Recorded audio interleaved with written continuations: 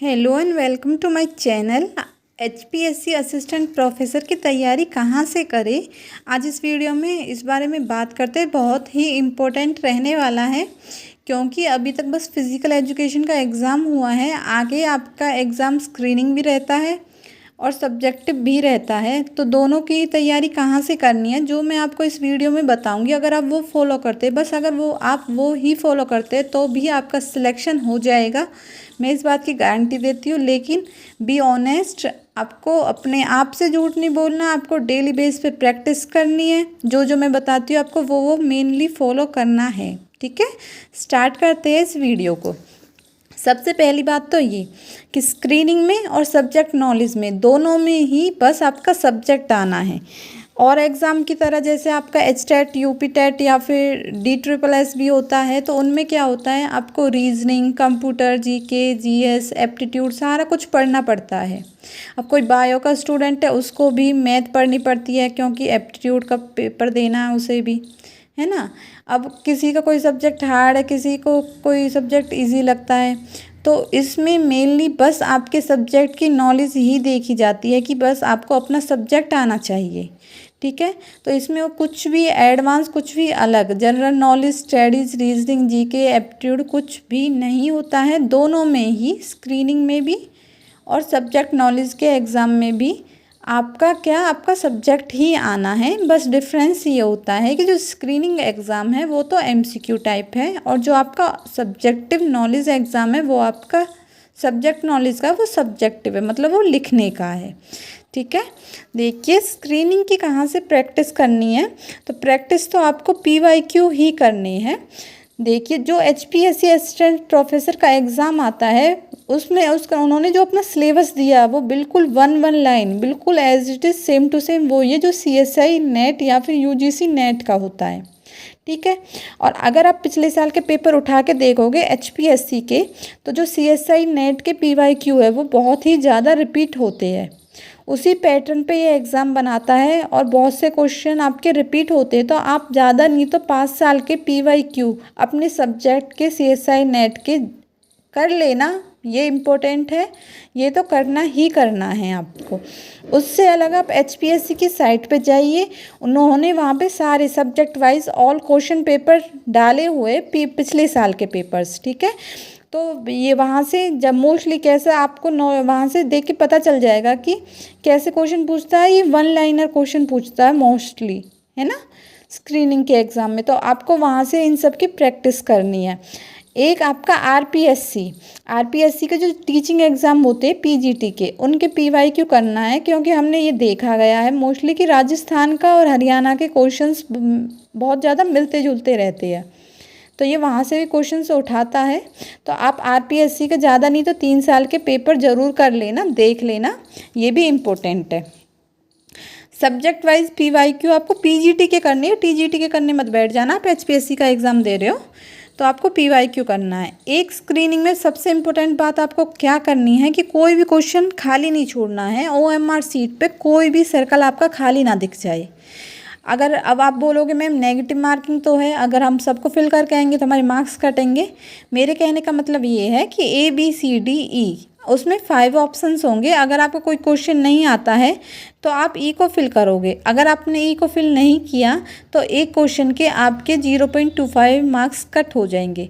अगर आपने रॉन्ग किया तो भी मार्क्स कट होंगे, और अगर आपने कोई भी फिल नहीं किया तो भी मार्क्स कट होंगे। आई होप इतना क्लियर होगा। चलिए नेक्स्ट, अब बात करते हैं कि सब्जेक्टिव जो हमारा पेपर होगा सब्जेक्ट स्पेसिफिक का, तो उसकी तैयारी कैसे करनी है। देखिए, सिंपल सी ये बात तो आपको भी पता है कि सब्जेक्टिव है मतलब आपको लिखना पड़ेगा। तो सबसे पहले आपको लिखने की तैयारी करनी है, क्योंकि स्क्रीनिंग हम जो MCQ पेपर देते हैं उसमें टिक मार्क करना होता है, लेकिन सब्जेक्टिव में अगर देखो आपको भी आंसर आता है, किसी और बंदे को भी आंसर आता है, लेकिन वो अपने थॉट्स को जो उसे बताना वो अच्छे से एक्सप्लेन कर पा रहा है एज़ कम्पेयर टू यू, तो उसके मार्क्स आपसे ज़्यादा होंगे। सिंपल सी बात है। तो जितनी ज़्यादा आप प्रैक्टिस करोगे उतनी ही ज़्यादा आपकी स्पीड बढ़ेगी, है ना। तो आपकी स्पीड बढ़ेगी, आपको लिखना आएगा। तो लिखने की सबसे पहले आपको सब्जेक्ट में डेली लिखने की प्रैक्टिस करनी है। डेली आपको क्वेश्चंस लिख के देखने हैं। जैसी आंसर शीट आपको एग्ज़ाम में मिलेगी ऐसे आप मार्केट से लेके आ सकते हो, कैसी होती है, क्वेश्चन लिखा होता है, 4 सीट गिवन होती है एक क्वेश्चन के लिए, देन नेक्स्ट होता है फिर 4 सीट, उसके नीचे स्पेस खाली होता है, मतलब 4 सीट खाली मिलती है ऐसे, ठीक है। कोई भी 15 क्वेश्चन करने होते हैं आउट ऑफ 18। तो आप सबसे पहले डेली लिखने की प्रैक्टिस करेंगे कि क्वेश्चन को कैसे लिखना है। अब सेकंड बात क्या है कि सब्जेक्टिव पेपर तो ऐसे नहीं है कि यहाँ से लिखना स्टार्ट किया यहाँ तक लिखते चले गए, नहीं। ज़्यादा हो सके तो सब्जेक्ट में जितना ज़्यादा हो सके पॉइंटों में लिखना है, जितना ज़्यादा हो सके आपको डायग्राम के थ्रू लिखना है, ठीक है। एक निबंध की तरह लिखने की जगह हो सके तो पॉइंट्स में लिखना, जितना हो सके डायग्राम्स में लिखना। अब देखिए कहाँ से तैयारी करनी है। सबसे पहली बात, एचपीएससी का पेपर दे रहे हो तो एचपीएससी के पिछले साल के पेपर आपको करने हैं सब्जेक्टिव वाले, ठीक है। ऑब्जेक्टिव वाले नहीं, सब्जेक्टिव वाले पीवाईक्यू आपको एचपीएससी की साइट में मिल जाएंगे, हर सब्जेक्ट के सब्जेक्ट वाइज वहाँ पे गिवन है। सेकंड, एचसीएस के जो हरियाणा सिविल सर्विस का पेपर होता है, उसमें जिन बच्चों का ऑप्शनल आप वाला सब्जेक्ट, मान लीजिए आपका सब्जेक्ट फिजिक्स, सर किसी ने ऑप्शनल में फिजिक्स लिया तो फिजिक्स का पिछले उनका पेपर मिल जाएगा आपको आराम से, एचसीएस की साइट पे या गूगल कर लेना तो वहाँ पे आपको मिल जाएगा। तो आपको उनकी प्रैक्टिस करनी है। बुक्स भी आती है, अगर आपको बुक्स चाहिए तो आप कमेंट करना, मैं एक वीडियो बुक्स के ऊपर भी बना दूँगी।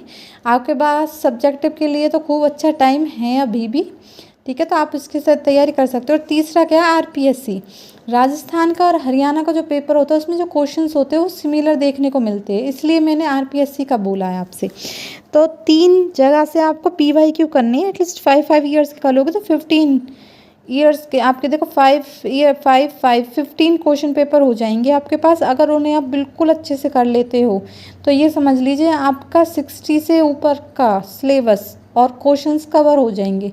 तो ये 3 चीज़ करनी है, लिखने की प्रैक्टिस करनी है। तो क्या करना है, लिखने की प्रैक्टिस करनी है, उससे आपकी स्पीड पे कमांड बनेगी। जो स्पीड आपने फर्स्ट क्वेश्चन में यूज़ की वो ही आपकी 15 तक जानी चाहिए, तो ही आपका पेपर कंप्लीट होगा। आपको मिलेंगी 4 सीट एक क्वेश्चन को करने के लिए, जैसे ये 1 सीट है तो ऐसे 4 सीट होती है, मतलब एक नोटबुक टाइप मिलेगी, यहाँ पे लिखा होगा क्वेश्चन और उसके नीचे 4 सीट खाली मिलेंगी, देन सेकंड क्वेश्चन लिखा होगा। तो ज़रूरी नहीं है आपको 4 की 4 ही फिल करनी है कि हाँ मुझे तो 4 की 4 फिल करनी है। ये आपके कॉलेज का एग्ज़ाम नहीं है, ये एचपीएससी का एग्ज़ाम है, असिस्टेंट प्रोफेसर का।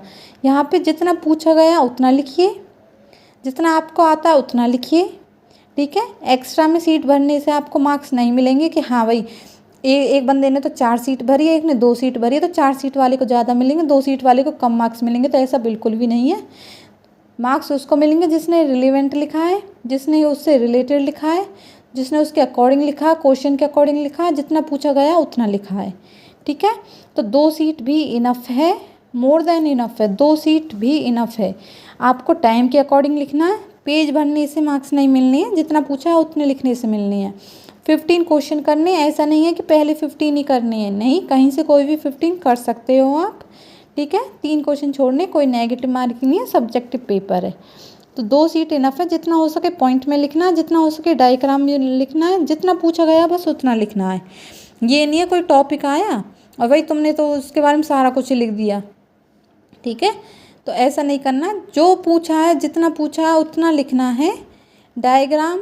और देखो अगर आपको ये समझ नहीं आ रहा कि हम किस टाइप से पेपर लिखें, तो एचसीएस जो टॉपर्स होते हैं हरियाणा सिविल सर्विस के या फिर यूपीएससी सिविल सर्विस एग्ज़ाम के, जो हमारे पास टॉपर्स होते हैं उनकी आंसर शीट आपको कहीं भी मिल जाएगी, ठीक है।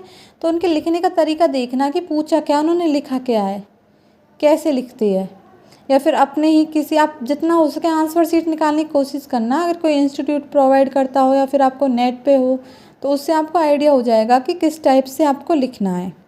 आई होप आपको क्लियर होगा।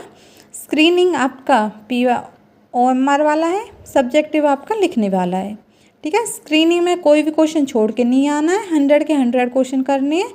जो आपको नहीं आता उसके लिए ई ऑप्शन को फिल करना है, लेकिन OMR सीट में कोई भी आपका खाली नहीं दिखना चाहिए, ठीक है, अदरवाइज़ आपके मार्क्स कट हो जाएंगे। स्क्रीनिंग में सब्जेक्टिव में कोई 15 क्वेश्चन करने हैं आउट ऑफ 18, 4 सीट मिलती है एक क्वेश्चन के लिए, लेकिन 2 सीट भी इनफ होती है, ठीक है। तो आई होप आपको इन सब से हेल्प मिलेगी। थैंक यू, अपनी तैयारी करते रहिए। All the best.